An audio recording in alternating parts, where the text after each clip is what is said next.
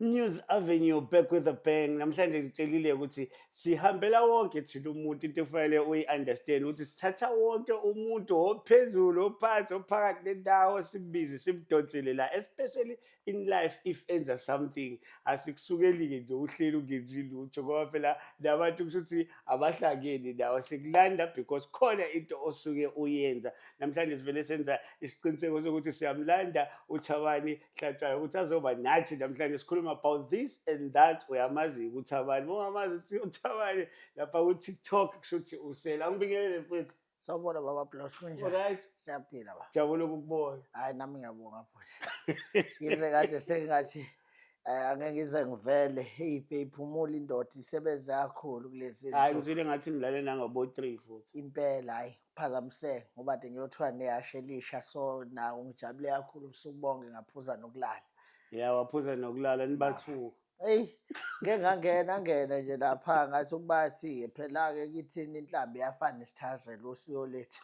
Hey ngihleke ngiyibuza ukuthi enzeka kanjani le. Yazi kodwa Thabani, ngaphandle nje ukuthi sibuyele back kakhulu ngifuna ukuchecka ukuthi uThabani ubani, just the 2 minutes so that sibe the understanding ukuthi sikhuluma noThabani wakuphi. Okay. Mina uThabani uBongani igama waHlatshwayo. Leli Bongani ngazetha lona. Iyona into efani. Bangakutshela umlando nje ngumfana ozalelwe eBergville. Angizalelwanga futhi esibhedlela, ngazalelwa ekhaya. Esibhedlela nje ngase ngiyocheckwa lapho nalapho ukuthi umfana uright yini, kodwa nje mina ngazalelwa ekhaya. Ngicabanga ukuthi lokho wakhambisana nendlela umuntu ayizele emhlabeni. Angizange ibeke nobudlelwano obuningi nabantu abegazi. Okay. Ngezimo ezithile kodwa nje ngakhula nje ngakhulela ngaphandle kwasekhaya.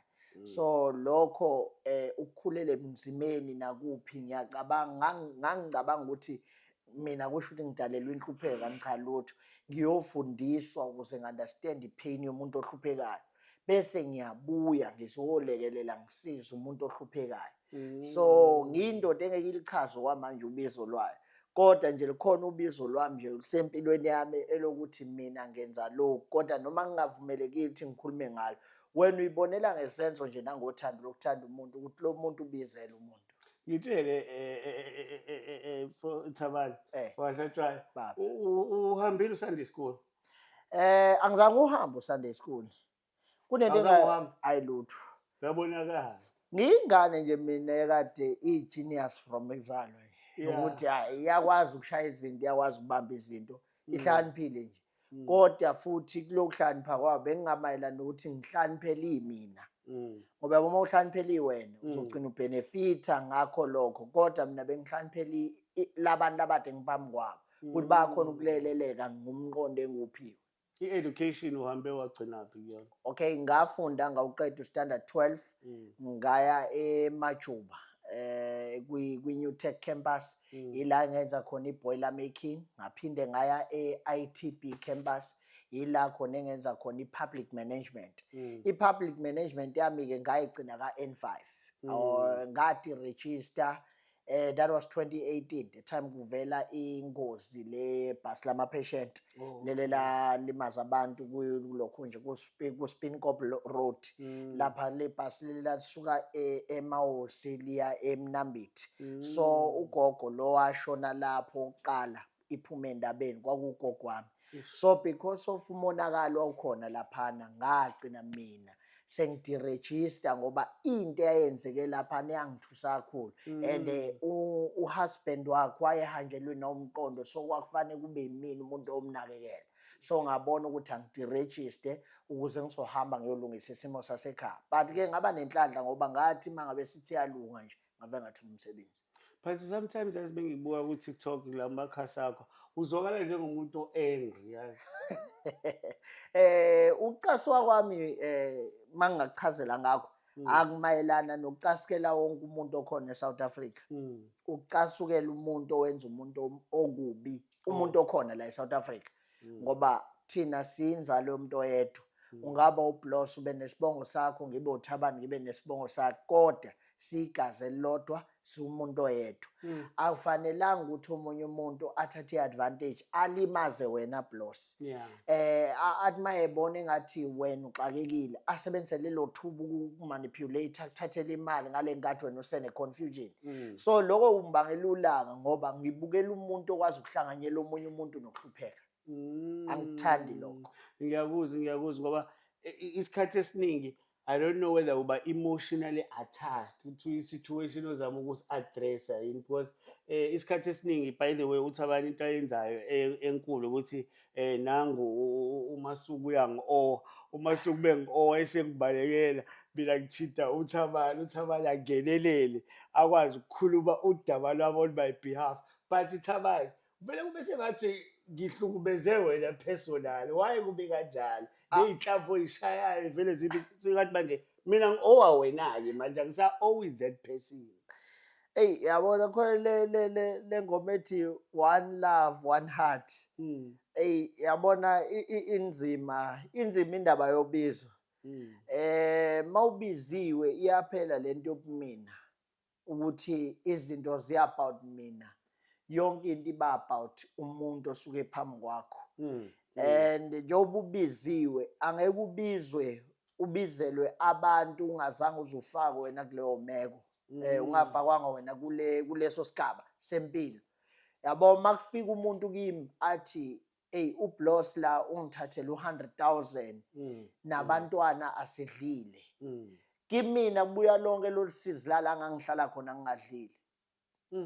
Yabo mhlawumbe omunye afika athi ungisabelise nangokufa. Kimina kubuya lonke usizi la mina ngangakhona ukukhuluma izinto ngisatshiswe ngokufa. So zikhona igaba ongazi uyinyanya empilweni yakho kanti lezi igaba uyanazo kwenye indawo. Mawufika ngakhona lento iyakutriggerisha ibuyise exactly lokwena owandlula kukho. Mangabe umuntu ethi ngilambile kodwa lo muntu akafuna unginikeza imali. Mina ngazi abantu engangifike ngibenzele imisebenzi bonke. Uthothi lo muntu asangikhokheli sengiyohlala ngingadlili ngenxa yokuthi ngiwenzile umsebenzi wami kodwa akabhadali. So leyo pain leyo yaziwe mina ukweleta umastende kodwa kufanele ngathi uyahlanya ekhanda mawuzomchaza ethi anginayo imali angiholanga. Athi awuhola kanjani osebenzile yena ka understand. Kodwa manje at the same time nokudla futhi awunakho. Ayichaze lo muntu inkingi vele itriggerisha ipast yami. Mese mina ngizolwe ngathi ngifuna ukushaya le past yami le. Ingako yonke into kumina iba namandla futhi kwesisikhathi ngifaka nevalga ngoba kusuke sekuwukuthi lesimo lesengisi-adopthe saye sami ukuthi ngeke lesimo sasijwayele ukungiphanisha asikwazi ukuphanisha omunye umuntu ngoba ukhumbule silwa nemoya silwi nabantu. Imoya yakhona ukubuya isibuya ngomunye umuntu yakhona ibuya ngobuthelezi yakhona ibuya ngohardhead. Fanele wena osowuyazi le moya ukwazi ukuyitshela manje ukuthi hayi hey isikhathi sakho phela abantu asisekho manje. But ngicabanga ukuthi let's say kune situation le osolve ngayo nawo ama problems.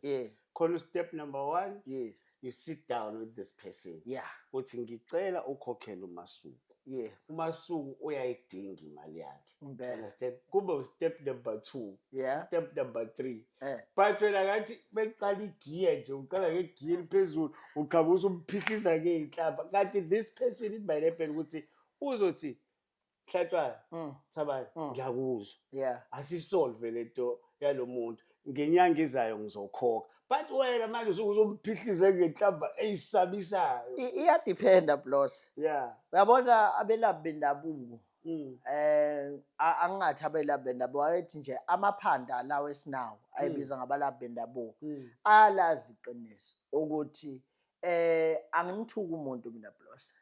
Ngifike ngimfonele. Wenzile gogo Sikhotheni ngibuye. Ngamfonela okokuqala. Futhi ayiyena yedwa. Ngamfonela okokuqala. Baningi kade ngibona ubathuka Blosi.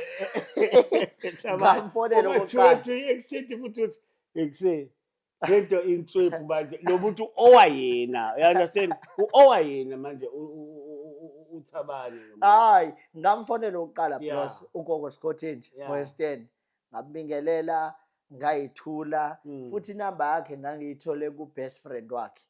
Ngambingelela ngazethula kwa right waluza udaba wathi ucela ufaka umanager kwakhulunywa kahle wabona ukuthi lolu daba esilikhulumayo uyalazi and mina ngihlezi njalo vele mangifonela umuntu nginayo evidence yokuthi okay lo muntu lo esikhuluma naye njengamanje i-evidence ikhona yokuthi sikhuluma ngani angimlandi evidence ingekho uyasho naye ukuthi no angizange ize ngifike lapho kanje kodwa ke lo muntu ke usefaka izitori eziningi kanti uphambanisa abantu umuntu wasekuqaleni akusiyena lo akhuluma ngaye kodwa manje akafuni futhi ukuthatha isikhathi sakhe unalokuthi yena usefocus ekulo afuna ukungitshela kona at the same time mase kufika umphathi wakhe akusekho ukubambisana kanti mina bengiyibizisela ukubambisana naye so kwangababikho ukubambisana kwaba naleyo nto ukuthi hayi angeke ngize ngiyenze mina leyo nto and akazi yena ukuthi mina ngikwe streaming uthi nje angeke ngize ngiyenze leyo nto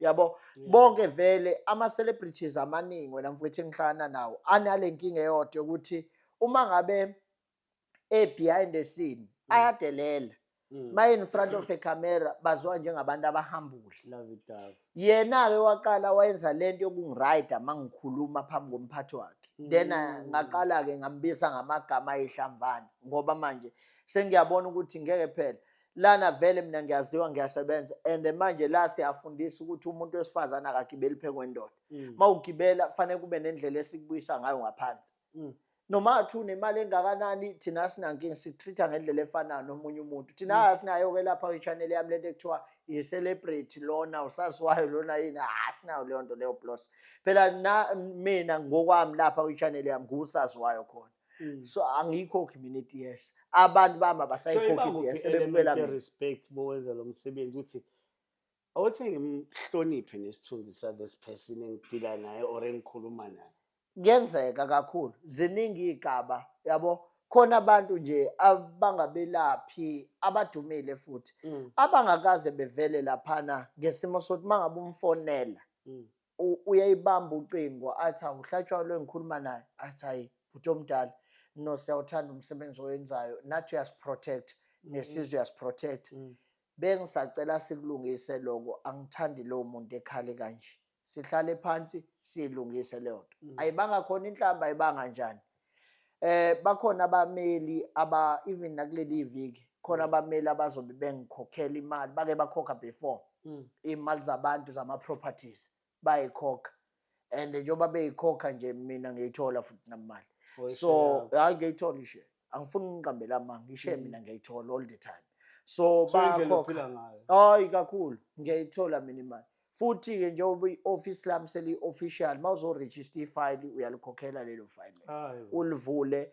ulivule nje official ngihambe ngiyolwimpi yakho mangibuya bese ngithatha futhi i-percent lami kule mali le ngibuye nayo uthini i-percent kuba yibo 40% that is okay futhi ngoba uyabona plus masikhuluma iqiniso kodwa kuyadependa kuya nangemali esuke ilandiwe anguthatha u40% makuzothiwa kulanda 1500 noma kulanda 2000 kuya ngemali ukuthi okay kuswala ku5000 ngiyalinda sengaqala ke manje ngikhuluma indaba ye-percent on the serious note ngoba imali ephathekayo kodwa lo ngaphansi awuzibe sithi awuthenga idrink noma ka100 ngithengele nje icoke nje ngiyocima ukoma kuphela kodwa lo munye osuke nemali ethe uthi xaxa siyasikhulumisane kodwa nje laba abanyayo ngoba ukhuluma iqiniso plus imali yakho mangabe ishawe iscam usungeke uyithole noma ngathiwa ngithengi ngithatha wafu ungakuvuma lo ngoba ukwi-desperation usuke vele uthi uthi mina ngiyolanda imali ka2010 and mina umsebenzi engiwenza uhlula ikhothi umuntu ifika imlalela athi ubaqina ngenhlamba kuphela yona strength sakhe hayi manje inkinga nale nhlamba le uma ngabe isikhona uyayibona iyatrenda laphana kunabantu abakwaziyo ocolleague na yonke into so ubizwe ngokuthi kuthi kama manje naku ngapha uyatrenda ngapha udokotela uyibona ukuthi engeke ngibizwa kanje ngiyocwala ko Twitter nakobani so wonke umuntu ongibonayo nje noma sengikhona esibhedlela ngibhizi nama-patient ocolleague babona ukuthi hawu mina ngihambe ngezikweleti ezingasile nje ngimenyezwa ko social media Thabani mfowethu ngicela ungithukele nje lowa sengizothi ikhona lento ukuthi nibuye nithunywe nje uthi uzoyisukelela ublose ongakazi umbone ningakaze nixoxe na uzomgibela nje ngehlapha ngobani ngoba uthunyiwe wena manje khona umuntu okusebenzisayo. Bakhona abafowethu engibaziyo abawenza umsebenzi okanjalo bengiphila futhi nanabo ababhadalwayo bewenza umsebenzi okanjalo. Mina ngokwami ngazenzela umthetho wami Blos. Angeke ngikwazi ukuvele kuyothi uBlos engangenze lutho futhi engamenze lutho omunye umuntu. Uma ngabe ngiqhamuka noBlos ngimbeya la ngikhuluma kusuke kukhona uBlos akwenzile. Because mawungathi uyobheka nje kwi-channel yami obaba uThula Sizwe abantu abahlonishwayo kakhulu. Yabo abantu nje impela abahlonishwayo kakhulu ama-leader lawo.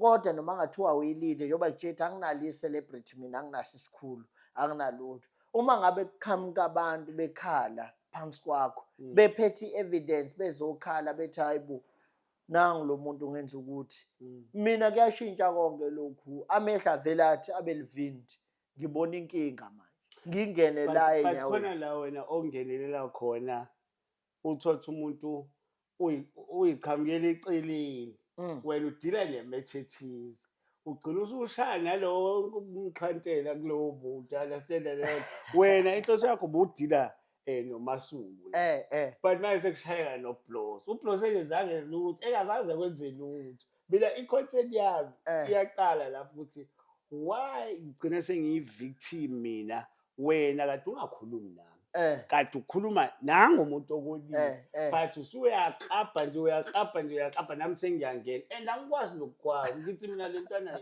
ikhipha yabona. yazi Blos lento yalaphana isinda kwipolitiki noma isebukhosini noma ikuphi leyanto ifomeke yayi-pyramid scheme and uyabona ama-pyramid scheme abuhlungu ngoba uyabona njengoba sikhuluma la kunabantu awuthola kusuke sekunegotiate nabo ku-WhatsApp ukuthi abani niyophikisana nento yonke uBlos ayenzayo awubenze lutho Blos kodwa basegruphini futhi bayahola labo bantu kuthiwa hayi ambani oppose uBlos. Khona abantu abazothi uthi ukhuluma into ezophikisa umuntu osenzile oyisikhulu esithile bethunyelwe kuthiwa ambani nomtshela lothi sombulala uphuthu lakhe luyavuthwa. Kufika abantu abawu-100 la baphuma kwenye igroup ka-WhatsApp babhala bonke bathi hayi selivuthiwe uphuthu wena ngeke uphele unyaka baphuma kumphathi wabo and then ubathembise lokho and wena kukho kubo kwenzile ulungisa isizwe kodwa vele imafia lelo lithintayo and lithumele lapho bese ke ushaya yonke inja kuze kuqhamuke umnikazi. Kugcina sekuphoqa ukuthi uyishayeke inja levelayo kuze kuqhamuke umnikazi khona umuntu ekuzothi kubhizi Blos kubhizi ngikhuluma ngoBlos lana uBlos fanele abhadale angene lona usebenzela uBlos angene uBlos ekhona a request angene mayengena afika athi he mfethu awungitshela unjani ummbila mawudlosiwe into engahlangene qoboqobo nale mali esiyikhulumayo kodwa uphuma egroupini etheni hambani yo distracta noma ngayini eqhamuke ekhanda shaya lenja kuphuma umnikazi. But wena ubuye ube umuntu othi umuntu present iside lakhe uyazama ukungena ukuthi achaze naye ukuthi khamba kanjani but wena uyabelesela ugibela phezu kwakhe wena awufuni ukuthi ezithina aba-followers akho ekhasi lakho simuzwe wena nje ugibela phezu kwakhe awuthi uyaphawula ugibele phezu kwakhe. Why is there another strategy? Kunalento abathi ukupheka isigebengu isikhathi esiningi amaphoyisa leyo nto ayenza behind the scene. Wena mawubona icourt ungacabanga ngathi hayi lo muntu bamvalele nje wase abuyiswa kwathiwa hayi ozokhuluma ke ecourt manje ozosimela lo muntu osukumbona esecourt ayiqalanga lapho fana no-suspect mayilandwa endaweni kubulawa umuntu lo muntu loyo sawupheka ngemibuzo and angeke bahlale nje ngami ne-interview nawe Blos angeke beze bekhulume kamnandi kanjena kuthiwa hawu njani Blos kunjani. Amaphoyisa ayithuka inhlamba ngale behind the scene nempama futhi ayishaya behind the scene akuvumelekile lo ukuthi uphumele emphakathini kodwa kunzima le behind the scene nokubona umuntu mina mayeboshwe ecabanga ukuthi hayi kuzoba lula yonke into izohamba smooth ngiyoze nginibone ecourt akunjalo. Ngifuna ungiphendulele le eyempilo because phela esikhathini esiningi Mr. Hlatshwayo sonke singakwazi ukuthi siqashuke. yeah Ukuqashuka awusho ukuthi wena we-immune ukuthi nawe futhi uthi sami ungihlaba ngenhlamba ungenzani eh nami ngiyinsizwa ngwakaBlose yeah ngiyabuya ngiyaqeda nami ngawe. yeah But ake ngidlule la kithi nje ngicela usilandele kumakhasi ethu ezokuxhumana igama Usizwe Blose. This is iNews Avenue where i-street simitha ezinye izinto uzokutshela kule ulindo ukuthi where i-truth limiter the street. Yeah. That's where you are ke ku-News Avenue. Ihleli khona uhleli usilandela usicheke laphana ku-YouTube uzosithola usicheke i-YouTube ke iyahlupha in terms of i-subscription or ama-subscribers ayahlupha ama-subscribers laphana but kumahhala bese ungenile laphana ungasubscribe uphinde futhi kuma-views we're doing exceptionally well uphinde uye laphana futhi kwi-page lethu. By the way Thabani sinephepha eli-online how where we report ama-news as and when they happen. Ungasichekha-ke nje iphepha nje liyagijima futhi lelo phepha ungasabi uzosithola nakhona uzosithola futhi ku-Instagram uzosithola ku-Twitter uzosithola ku-Facebook njalo njalo. Ake siphendule le question engihlabe yona before this short interview. i-torture leyana engisuke ngiyenza ngisuke ngimtorturisha umuntu isigebengu and isigebengu uhlakaniphile. There's one thing you have to know about isigebengu. Sisuke siyazi yonke into esiyenzayo ukuthi masiyilanga zokwenza nje. Mawuzobheka inyanga eningi labantu laba mawuthi ulandelela umlando wabo yabathola ukuthi lo ke waboshwa yi-26 lo ke waboshwa yi-28 wadonsa ejelele kanje lo nayo ke wadonsa ejelele kanje lo uphila kwi-surrounding yazi igebengu so sebevele bam-influencile ngobugebengu. So isigebengu siwuclever ke isigebengu once wakhona ukuthi ubambeke kusona ngolalela angeke uphinde usinqophe. Yeah. So mina vele ngithi ngifika kusona ngi-aware ukuthi ngidila nobani and isigebengu siyamnyanya umuntu ozogcina esi-expose yingakho sosheshe sithe ngiyakhokha ngoba siyabona ukuthi angifuni kuvela amafayili amaningi lo muntu akawuthatha uDoda engiwushoyo kodwa kube beyingekho futhi ikhamera isigebengu bangabe usibuza imibuzo usipheka ngemibuzo masithi yachaza sifuna usivale fast ukuthi hey mamana ngoba singamenza omunye umuntu understand while isitweni uyabona siyagoqa. So mina ngisuke ngivimba lento yokuthi asingagoqi ngoba lo ngale oyi-audience usemngozini uzobandekendeka abe weak obakasazi isigebengu masithi sathi siyabeka ngithi hey mamana wo yini ubugebengu ngobutabane. Hey Janet, I watched another one futhi where you were like galashing udila neyitabane ngayibuza ukuthi yini exabanisa neyitabane kangaka phela or mhlawumbe khona esakisa kushare. Nginetabane eningi kwi-channel yami angazi ngixabane nazo. No ngikhuluma mina mhlawumbe ngiyakulandela it's just that mhlawumbe angiveli kwena ukuthi ngiyakulandela but ngiyakulandela ake ngisho kanje yabona. A man with knowledge and wisdom is powerful on earth. You will rarely see that man being defeated. Yeah. So asiqale la ukuba isitabane it's a choice umuntu. It's not nature, it's a choice. No khona kuthiwa bazalwa ungathathi lento esuke seyinsumansumane mhlawumbe ixoxa umuntu. It's a choice because leyo nto iyalapheka. No Thabani ngimalitshela angithi yabona ekuzalekeni komuntu kwesinye isikhathi kuba nenkinga yokuthi uke aware ukuthi khona umuntu othi bezalo avele with both izitho zakhe. That's why kudala ngolunye usiko labeSuthu kudala uma ngabe ingane izala uthothi iphume nobulili obubili before beyikhethele lobo bulili bayo kwakubekwa noma induku nomshanyelo bese ingane yakhishwa thiwa mbothatha lapho ulethe la ingane ifika icosha umshanyelo iwulethe sekuyazi ukuthi uhlobo luni lobulili bekuba nosiko licheckwa ukuqala kodwa futhi lolo siko lolo belunzima belifana nalo lokuthatha umntwana ombeke esibayeni ukuthi inkomo ngezimxobe. So kukhona ukuhlakanipha kwabantu basendulo la kwakuverify khona ukuthi ubefanele abe yini kahle kahle. Mm. Angali yabo ekwakhekeni kwalabo abanobulili obubili angali lokho ke ku beyond control angali kodwa kunendlela even nokwenza ama search ukuthi kukhishwe lokho kusuke kungabalekile ashiwe naloko kubalekile because nabo dodo efanele bemtest ukuthi kukuphi lokho ngoba akuchami konke kukhona lokho kuzochama kunye kungachami so okusho ukuthi yes lokhu bekuzama ukuyiproducer but akuvumelekile akuhambisani nesystem yomzimba so asikuthathe lokhu bese simshiya nalokhu okubalekile ngamuzwa ukuthi uThabani uhlakaniphile bathini indaba yenhlamba kwaphela uzwakala uhlakaniphile but manje inhlamba ingena ngoba ngisho ukuthi ukayiphusha lezi zinto unolimi yasithatha lento nje isitori sakho siyazwakala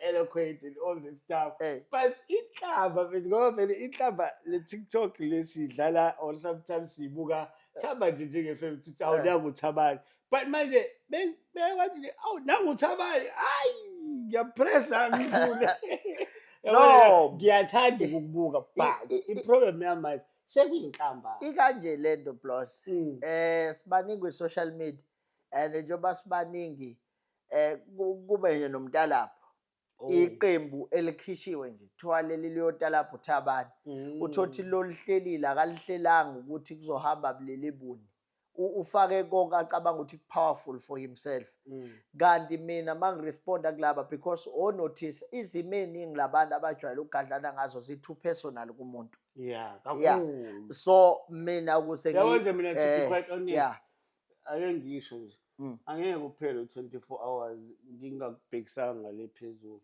ukuhlasela mina uyayibona leyo ngingozi like that yabo so while be careful nisebenza kanjani as a team or what because at one stage ngiyabona ubambisene nezinye izinto no second time anisazwana anisabhekani nani seniyabizana ngezinto lord mina ngiyumjito wahamba yedwa okay bakhona abantu engihlangane nabo ekhambeni kwami umuntu osurvivile kubo bonke labantu engihlangane nabo kube ubabonzama Kengpa ngiyambona uyena kuphela umuntu ofike wasurvive ekuphileni nami okay angazi nami uthi wenza kanjani uyakunderstand angangeke ngikuthethe uyangunderstand kodwa angimazi ukuthi wenza uyena kuphela umuntu ofike wasurvive kulolo abanye bangithandile hayi ngoba bengithanda bebebona iaudience bethi bazoyihlanganisa neaudience enginayo oMax oMyeza no uMyeza was Pupas wayewile Pupas ku social media wavuswa yimini wayewile ngiyakutshela nje lalela mina nguNkulunkulu lapha kwi social media uma ngabe ufuna imithandazo yakhe iphendule ubukelwe abantu othinta igama lami liphathwa ngezengeze usokhulelwa yi-channel yakho futhi uma ngabe usuyekile ukulithinta bazokushiya abantu because uNkulunkulu awusakhulumi ngayo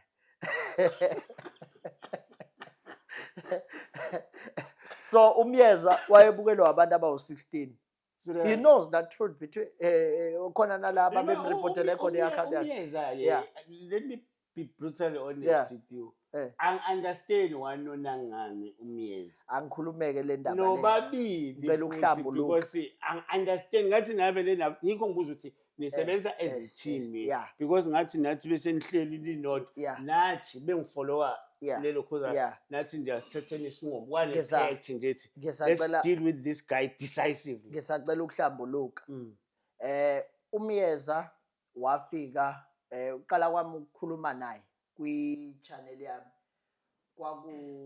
kwakuyi-31 ayi kwakumhla 1 kulonyaka ngoJanuwari wafika la kwakungo-1:47 ekuseni ezongibongisa ukuthi ngiyaphila kuzo zonke izinsongo nefungo nezinto ezayishiwo yinyanga kodwa uyajabula ukungibona nakulonyaka ngiphila ngoba kwakuthiwa ngeke ngize ngicross ngene enyakeni omusha saphilisana nje efike ezobuka mangi-interacta nabantu naye afika ahleke angaze futhi ngimbone face to face kodwa mina ngagcina sengithola i-true identity yakhe ukuthi uwumfundi wakamtshali ngabuya nesithombe sakhe kodwa ngangamazi lo muntu ngangazi ukuthi nje usiyamyeza ojwayele uyihlalela nomunye usomatekisi abathi ubaba usikhakhane futhi umboma-ke ngimkhonze kakhulu kukuningi engikufunda kuyena lo ababufundisana kakhulu ngenhlonipho nani kuwukuthi angeke ngilikhiphe kusiko likimi ngaphakathi lokuthi ngiyibhubisi.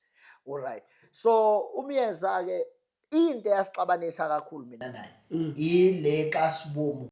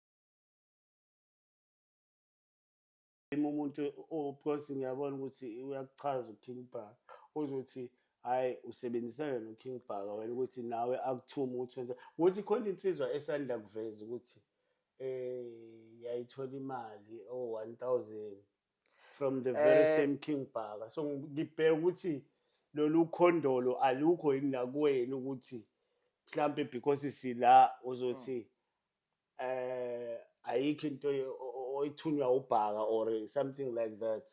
Abafowethu bangangeni kuma platform baqala uhambo lwabo bengenayo imali, even nemali yokuphila. For instance, izolo nje bengithenga iMercedes engiyithenga cash. Yeah. Yes. We are doing well lapha. I'm doing very well in my life. So mhlawumbe ngamrecruiter nje noSabelo. Kakhulu. Ngiqashile ngine PA yami mina ehola above 10,000 a month. Into ehlula ngisho uhulumeni le. Uthola ingane isebenza amasipala inikeze 5,000. Financially all right. That's why I'm saying kunzima ukuthuma amadoda afana nathi ngoba mina mangihlelelana nesigwili angifiki ngokulamba. Ufundelani bowenza lo msebenzi wakho? Uthi ufundelani mhlawumbe into ezithinta nefinance and stuff? Cha. Iqiniso nje kuphela nesibindi esifunekayo. Ikona kuphela engivule ngaka inkampani. So nama-bodyguard amangaka? Cha, anginawo. Awu bengifika nje manje ukhona insizwa obonile phethe ibhamu uhamba nami. Uyabona nangu umfowethu umbonile. Angithi uthembile. Ngabe ngisho mina ukuthi bongase uthithekile. Ngabe uba nearer to God. By so doing. Sengizoya ukuthi uthembeni umuntu ozofana nami onalesibindi sami kuwena. Ungayenzi into ngoba uthi wenzele icontent yenze ngoba uthunyiwe then lokuthumile uzobe seyakuvikela. ungayenzeli akusiyi content le ngisuke ngiyenza lapha. Umphathiso wami kodwa sovele in the way yama content creators wonke kodwa akuyona le yami content. So wena uyona inyanga? Angiyona inyanga kodwa ebunyangeni ayikho information yakhona engenayo. Ngisho amakhambi ngikwazi wonke njengoba ngazi umzimba wami nje mangigeza. Thabani Hlatshwayo sikhuluma naye ngoba uThabani simlandile ngoba sifuna ukuba clear ngomsebenzi wakhe ehlele sibona ku TikTok kodwa odominator inhlamba kakhulu. Sengichazile ukuthi i-reason behind that because into esiyenzayo thina kwi-News Avenue senze isiqiniseko sokuthi sikulandela bonke labantu abasemathini ngaleso sikhathi. Baningi sisazolanda nje even upresident azokhuluma nge-impeachment. Ngiyadlala but ngicabanga ukuthi usungaku-edayo Thabani engifisa ukuthi uku-ed ukuthi let's say mina ngifuna ama-services akho if niba professional like that nibabiza ngama-services lokho enikwenzayo ukuthi sikuthola kanjani? Mina mfowethu ngine office lami njengoba kade ngisho inamba leka 0720216423 inamba eWhatsApp wayo futhi iyafonelwa ngoba ihlala eoffice kodwa futhi kune landline i-landline connected to that very same SIM card. Mawuyifonela i-landline ipostiwe vele page nami mawuyifonela ufike uyithole ukuthi okay nangu awukhulumi nami. Ngeke ngezwe thosi sabaningi sebesenda ama viewers ngakhona hey i-office lelo awukhulumi nami. Yabo ukhuluma ne-PA yami man cha ngangi hayi manje. And into yaphela cishe ngangayihambi nendlela eHot City kwawo 2023. Balimala kabantu kodwa ngizophinda kungenza ngiphinde kulonyaka uthrowe futhi angisabi. Awusekhona umuntu or still looking? Ngisabheka. All the best. Mhlawumbe ama-concluding remarks singathini? Ngingasho nje wethu ukuthi ngibonga ukuthi wena ungilethile la kwi-News Avenue qede kwi-News Avenue. Kuyi-blessing lokho ukuthi sithole igama lakho lisho lithi News Avenue. Mhlawumbe kuzokwenzeka imlingo. Mina ngithi manje u-News Avenue bekumina bekubalula bavele sengisubscribeile kwi-channel yakho. I think I've been following you wena bongekho awe ngithuke mangithola ucingo ekseni thiwa khona bakudinga bendaba bakhona la kade behleli bakulindele babona upostile ukuthi bathi around Durban so bafikile. So usufakazi manje ukuthi noma ngiseThekwini ngisuke ngekho ka Kimpa full time. Namanje ngiqhamukela nje ehotela ngibuyela khona bengilele ngiyezwa thiwa hayi uyafuneka ulindiwe ngiyavuka ngithi ngilindwe ubani ngoba ukube bengazi ngilindwe ngabe ngivuke ngageza hayi ngavele ngavuka ngathatha ishama singaphutha umgeza kuwena. So ithinto i-channel yakho mfowethu siyayibonga kakhulu.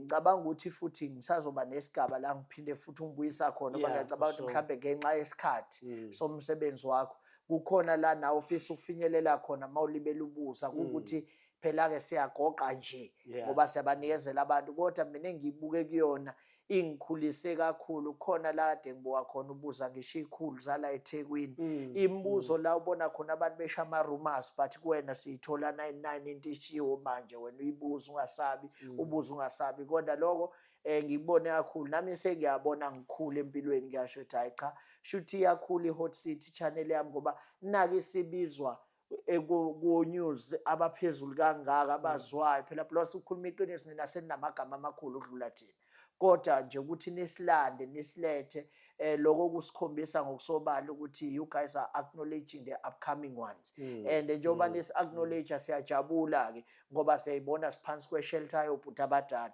la bekhona khona besilande besibuza ukuthi hayi mfana wami khona izinto isizwe esingasaqondi la awuchaze la kumayelana nani chaza la kumayelana nani lokho kwenzile kulekelela ngisho nomuntu omdala obese ecabanga ukuthi hayi uThabani uRuthi kanti nami ngine personality engenayo inhlamba engenayo lutho njengamanje oba ngihleli nawe angaze ngithi weseke ngiyaphuma chaza ngendlela o-articulate ngayo.